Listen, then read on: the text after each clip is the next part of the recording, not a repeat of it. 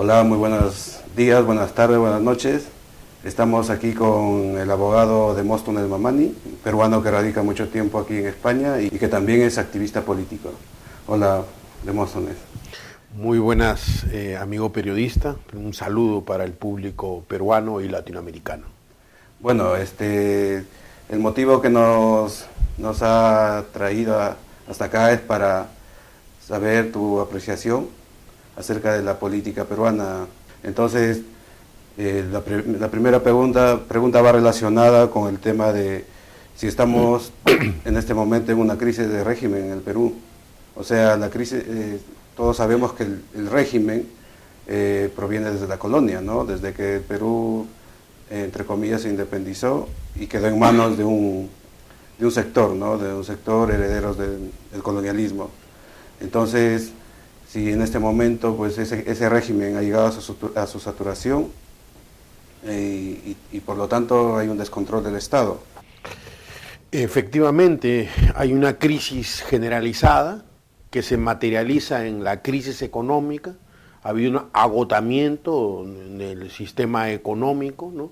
Todo se cifró en el tema de las ganancias por la venta de minerales, se cifraron únicamente las esperanzas en ese sector, y ya estamos viendo, cuando ha caído el precio de los minerales, pues la crisis comienza a desarrollarse. A nivel de la seguridad, nunca como hoy en el Perú se ve el tema de la seguridad con tanta preocupación, de manera generalizada, la aparición y extensión del sicariato y la impotencia del Estado, ¿no?, para poder acabar con estos males, ¿no? Entonces, ante esta situación, pues urge la necesidad de cambiar el país, urge la necesidad de refundar una república que realmente esté al servicio de las mayorías nacionales. Bueno, dentro de ese refundamiento de la república, de manera tácita creo que lo hemos refundado los que tenemos ADN de los países, de las naciones andinas, ¿no? Entonces, es necesario un pacto de Estado para que realmente haya un cambio constitucional y de una vez por todas pues se declare un Estado plurinacional. Tiene que lograrse una mayoría nacional, ¿no? Una mayoría que opte, ¿no?, pues, por ese cambio, ¿no?, y que se reconozca, al menos en la Constitución, que se reconozca en el papel lo que es una realidad, lo que ha manifestado el amigo periodista. Perú es un país multinacional y esa situación tiene que ser recogida. Tiene que haber un cambio de la constitución política peruana, ¿no? El último gobierno ofreció eso, ¿no? Ofreció y traicionó esa promesa, ¿no? ¿A qué se debe? Bueno, sabemos que Ollanthumala pues no es un político de formación, es un soldado, ¿no? Ha demostrado que es un soldado y por lo tanto pues no tiene la capacidad intelectual como para afrontar este desafío, o estoy siendo muy malo con él. Eres bastante benevolente, es una persona que traicionó, ¿no?, unas banderas, ¿no? Él habló de la gran transformación, de honradez para hacer la diferencia, y no ha habido ni gran transformación y ni honradez tampoco, ¿no? Porque no cumplió, ¿no?, con la palabra empeñada. Él empeñó su palabra por transformar el país, por hacer un país más justo, ¿no? Y ya hemos visto en los últimos meses todos los escándalos que ha generado esta parejita de aventureros en los que se han convertido Humala y su mujer Nadine Heredia, ¿no? ¿Qué te parece, por ejemplo, que un Guaroc o una Vilca Toma, gente preparada, digamos que se ha formado, que deberían presionar, por ejemplo, ¿no?, que se juzgue a los autores intelectuales y ejecutores de las esterilizaciones forzadas, o estén apoyando o sea, segundones de Keiko Fujimori, de una Fujimori? Pues es lamentable, ¿no? Son unas especies de Judas para el pueblo peruano, máxime cuando alguno de ellos, como Guaroc, se lo ubicaba aparentemente en el espacio de la izquierda peruana, ¿no? Al final, pues no, ni va a haber sanciones, ni va a ser consecuente en su lucha contra la corrupción, y está avalando las esterilizaciones masivas que hicieron bajo el régimen de los Fujimori, ¿no? Entonces es condenable esa actitud, ¿no? Casualmente una de las propuestas del Frente Amplio que lidera la candidata presidencial Verónica Mendoza es que se haga justicia con los miles de desaparecidos en el Perú, porque en el Perú, en la última guerra interna que hubo, ¿no?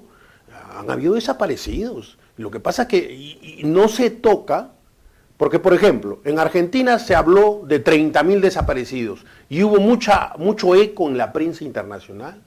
Sin embargo, los desaparecidos del Perú no se habla. ¿Por qué? ¿Porque son indígenas?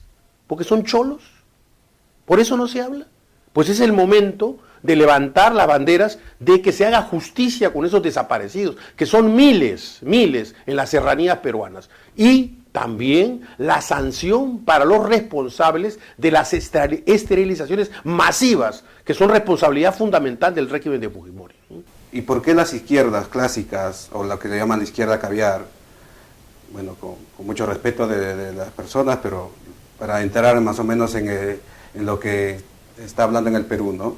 ¿Por qué la izquierda clásica y la izquierda caviar no responden con argumentos racionales y con argumentación política a la propaganda, ¿no? de los que yo denomino neogamonales con apariencia de liberales?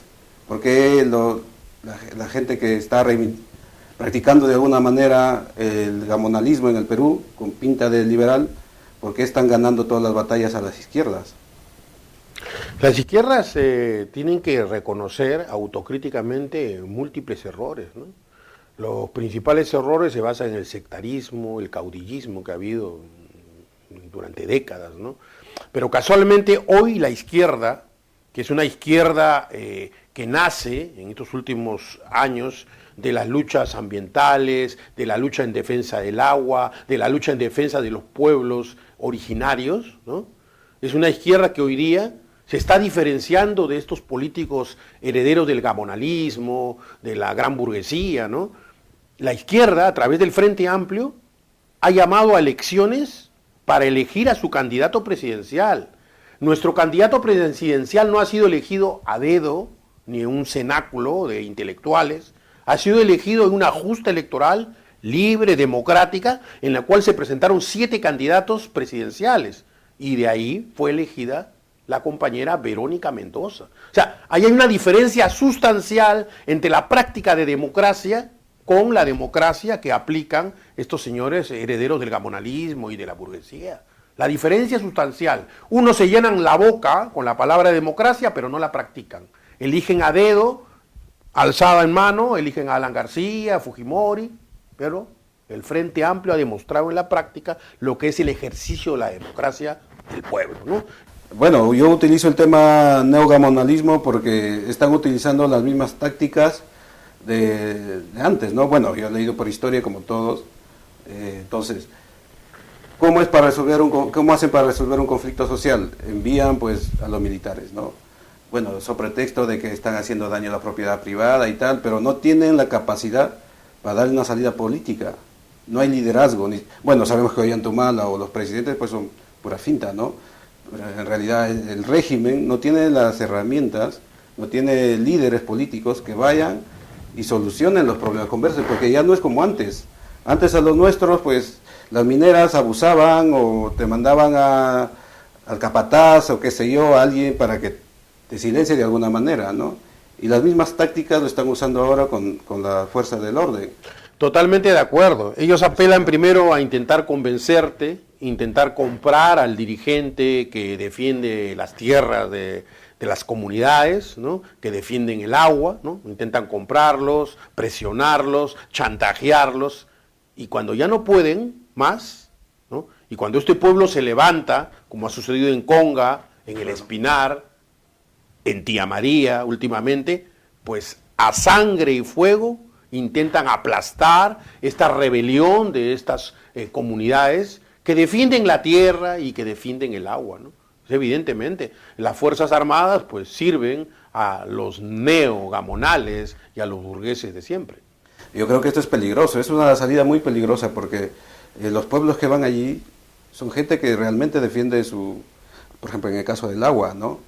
Yo sé, nadie aquí es decir, cortito de decir, oye, sabes que la minería es una de las fuentes de riqueza del Perú, lamentablemente, pero no es lo único, ¿no?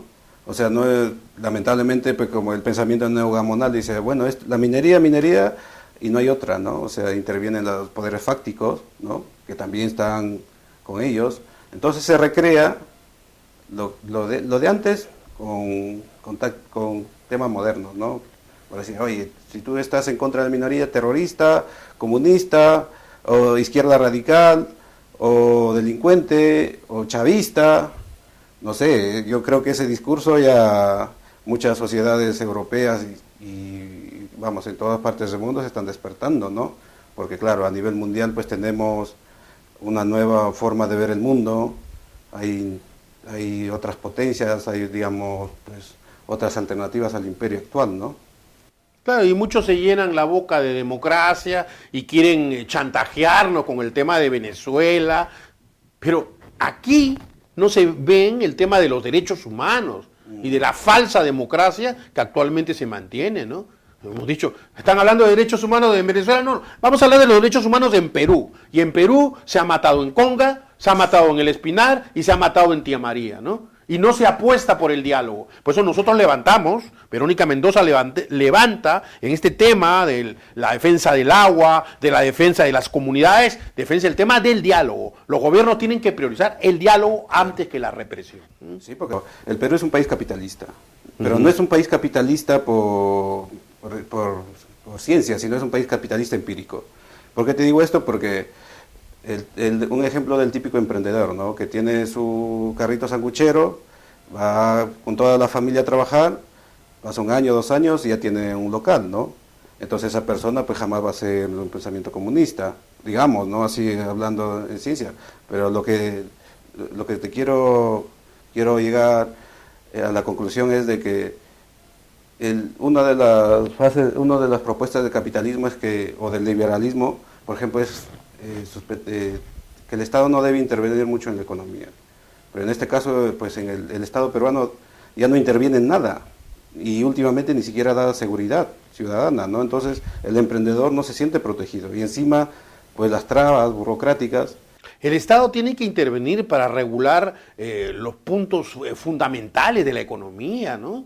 El Estado tiene que intervenir en este tema y en coordinación y consultando a las comunidades, ¿no? En el tema de la tierra, en el tema del agua. No hay que permitir que ahora se dé el paso de querer privatizar, que no nos sorprenda dentro de poco, querer privatizar el agua, ¿no? Ese es el próximo paso de estos intereses oscuros, ¿no? Que son poderes que están en coordinación con poderes también internacionales, ¿no? Pero hay que decirle que todo no es minería. Todo no es contaminación de nuestras tierras. Un nuevo gobierno que realmente se preocupe por la gente tiene que seguir apostando y ampliando el tema del agro, el tema de la alimentación. Y hay un tema que todavía está poco desarrollado, es el tema del turismo. Por favor, por ejemplo, en Costa Rica se ha ido desdeñando cada vez más el tema de la minoría a tajo abierto, por ejemplo, y se da impulso al turismo ecológico. Y el Perú, que tiene una variedad de ecosistemas, el Perú que tiene una costa, una sierra, una selva, el Perú que tiene un Machu Picchu, que tiene la línea de Nazca, que tiene Caral, que tiene diferentes culturas en la selva, no potencia el turismo. España vive solamente del turismo. Sí. Egipto vive solamente del turismo. ¿Y por qué Perú no puede desarrollar mucho más el turismo y vivir también del turismo? ¿De qué ausencias del Estado se alimenta el Movadef? Porque el Movadef es un movimiento que reivindica, o digamos quiere la amnistía, que lo llaman, ¿no? Abimael Guzmán. ¿Por qué pasa esto con los jóvenes especialmente? ¿Por qué están otra vez, por desconocimiento yo creo, que el sistema educativo también es pésimo, pero están en las filas de este grupo? ¿Qué ha pasado ahí? Pero realmente son grupos pequeños, ¿no? O sea, tampoco no se deben magnificar. Yo creo que en determinados momentos, sobre todo el fujimorismo, busca magnificar el tema de Sendero Luminoso, claro, del Movadef. ¿Por qué? Por buscar réditos electorales. Porque supuestamente Fujimori capturó a Abimael Guzmán. Nada más falso. Aprovechar esto para decir, nada más falso. Claro. Cuando Abimael Guzmán era capturado, tanto Fujimori como Montesinos no tenían ningún conocimiento de ese hecho. La captura de Abimael Guzmán fue obra de la GEIN, fue obra de operativos de inteligencia policial. Así está demostrado por la historia. Fujimori se estaba bañando en un río en la selva peruana y Montesinos no tenía ningún conocimiento. Así que no se vengan a jactar de esto. Entonces, lo otro, mire, yo particularmente, el hecho de satanizar a un movimiento o no permitirlo participar si cumple los requisitos y si renuncia previamente al terrorismo, pues no tendría por qué negársele una participación a los grupos, porque ahí se lo está victimizando, claro, se lo está satanizando, y eso hace que más jóvenes puedan ingresar, ¿no? Pues más bien es el hecho que participen, es su derrota política de ellos, porque ellos siempre clamaban porque no se debía participar en elecciones. Entonces, hoy día si están participando es una derrota política de ellos, ¿no? Cuando antes se jactaban que los que participaban en elecciones eran traidores, caviares, también decían en la época, y si ellos participan ahora, pues están desdiciendo. Y yo creo que satanizarlos, pues los eleva a nivel de mártires, ¿no? Y tampoco se puede caer en eso. No tienen la fuerza que podían tener, salvo que hay intereses que buscan levantarlos. Las propuestas de Verónica Mendoza para que, bueno, vamos a aportar a Verónica Mendoza, a ver, y espero que nos llamen o nos escriban las personas que están interesadas para dar una opinión con una visión exterior de la situación, ¿no? Que también los peruanos que vivimos fuera, pues tenemos una visión y vemos noticias y analizamos nuestra realidad, porque también es nuestro país, ¿no? Y creemos que es un país, un estado que puede proyectarse mucho y con políticas a largo plazo pues se puede hacer muchas cosas interesantes, ¿no? Y dentro de esas cosas interesantes, por ejemplo, Verónica Mendoza, ¿qué propone? Un punto importante para nosotros, que los peruanos y peruanas tengan igualdad de derechos y oportunidades en su propio país, ¿no? Es importante que se levante hoy, y Verónica lo levanta, el tema de la justicia tributaria, ¿no? Hoy más que nunca, cuando algunos alegremente hablan de todo va mejor con Coca-Cola o todo va mejor con Telefónica, ¿no? Y Telefónica nos debe miles de millones de impuestos que no ha pagado. Y el Estado peruano es incapaz de cobrar esos impuestos. Pues un gobierno del Frente Amplio y del pueblo peruano con Verónica Mendoza va a exigir que Telefónica y esas grandes empresas paguen los impuestos que deben. Y justicia tributaria también significa, efectivamente, exigir que los grandes paguen y que los pequeños, o sea, esos pequeños trabajadores, los autónomos, ¿no?, tengan facilidades para pagar los impuestos y sea más pequeña la cantidad que puedan pagar. Justicia tributaria es un punto fundamental en las banderas del Frente Amplio y que levanta Verónica Mendoza. Otro punto importante es el tema de la lucha contra la corrupción, ¿no? O sea, tiene que haber una fiscalización permanente por parte del Estado, ¿no? Que se vea qué está haciendo tu ministro en el momento, pero minuto a minuto. Perdón, pero la corrupción es una institución, ya en el Perú es imposible erradicarla. Claro, a ver, nosotros somos realistas, vivimos en una sociedad que ya no podemos estar inspirados en las telenovelas. La corrupción es parte de la cultura peruana. ¿Qué tipo de corrupción piensa erradicar Verónica Mendoza? ¿Por dónde ella va a empezar, ella y su equipo? Por eso es importante, por ejemplo, en los ministerios, cuando va a haber licitaciones, que esas licitaciones sean abiertas, públicas, que se pueda haber un seguimiento, por ejemplo, con toda esta tecnología moderna a través de Internet, que el ciudadano sea capaz y tenga la posibilidad de hacer un seguimiento a esas licitaciones, minuto a minuto, hora a hora, en todo momento. Hay un chequeo permanente, ¿no? Que el ministro, que el funcionario dé la cara, ¿no?, al público, informe cuando sea interrogado, ¿no? Por ahí hay una posibilidad de ir chequeando, ir haciendo un seguimiento que sería un nivel de control, ¿no?, para ir cortando las cabezas de la corrupción, ¿no? Otro punto también importante es el tema de la seguridad ciudadana. Claro. Yo creo, las bandas, el sicariato, y nosotros nos preguntamos, en la guerra interna que vivió el país, la inteligencia policial jugó un papel muy importante. Ese mismo papel de la inteligencia policial ¿por qué no puede ser aplicada a la lucha contra las bandas? Eso. Entonces, eso, ¿quién hay se que darle beneficia? un papel fundamental, y el gobierno de Verónica Mendoza le va a dar un papel fundamental a la inteligencia policial. Pues, ¿cuál sería, digamos, el consejo que darías a los que vamos a votar? Votar por quienes han sido igual que nosotros, ¿no? Verónica Mendoza estudió en el exterior, estudió en Francia, y no estudió con el dinero de los contribuyentes, No es como estudió la Fujimori. Perdona, que no es un nuevo Mesías, porque puro Mesías está ahí. No. Y el tema, y digamos algo que se me estaba olvidando, es que todos apelan a Dios. Uh-huh. Y yo no sé, el factor Dios está presente, vamos, y Pero- todos los candidatos hablan de Dios. En este caso, para terminar, común y corriente que trabajó cuidando niños, trabajó en restaurantes de comida rápida para financiar y costear sus estudios, ¿no? Eso, felizmente, ha sido así. O sea que es una peruana igual que una o uno de nosotros, ¿no? Y sobre el tema de Dios, pues con todo nuestro respeto, nosotros muchos somos de familias creyentes, Claro, la mayoría. respetamos al sector creyente, pero nosotros apelamos a un Estado laico, un Estado aconfesional, ¿no? Que sea independiente, ¿no? Respetando, ¿no? Todas las creencias de los creyentes y los no creyentes, pero el Estado no debería involucrarse con ninguna religión o con ninguna creencia religiosa, ¿no? Entonces, pero, sin embargo, también rescatamos, ¿no? Sectores de base religiosos, cristianos, que están contra la corrupción y que están también por hacer justicia en el Perú. Bueno, señores, el debate está abierto. Estuvimos con Demóstenes Mamani, un abogado reconocido aquí en Madrid y activista político. Nos ha dado su opinión, él está apoyando a Verónica Mendoza, pues y le deseamos toda la suerte. Esperamos tener otra oportunidad de conversar en la segunda vuelta, ¿no? A ver con quién, esperemos que pase su candidata, pero a ver con quién se alinea al final.